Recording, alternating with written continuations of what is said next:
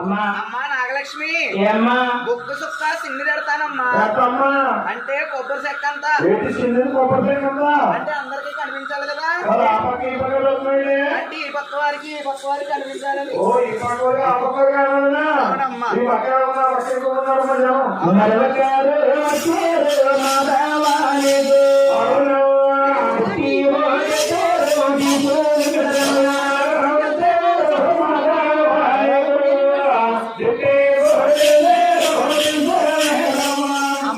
Lakshmi